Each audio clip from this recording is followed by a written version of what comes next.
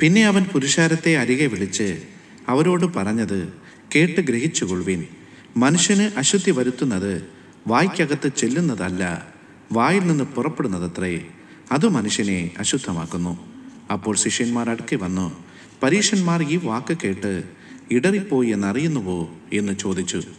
അതിന് അവൻ, സ്വർഗസ്ഥനായ എൻ്റെ പിതാവ് നട്ടിട്ടില്ലാത്ത തൈയൊക്കെയും വേരോടെ പറഞ്ഞു പോകും. അവരെ വിടുവിൻ, അവർ കുരുടന്മാരായ വഴികാട്ടികളത്രേ. കുരുടൻ കുരുടനെ വഴി നടത്തിയാൽ ഇരുവരും കുഴിയിൽ വീഴും എന്നുത്തരം പറഞ്ഞു. മത്തായി എഴുതിയ സുവിശേഷം 15-ാം അധ്യായം 10 മുതൽ 14 വരെയുള്ള വാക്യങ്ങൾ.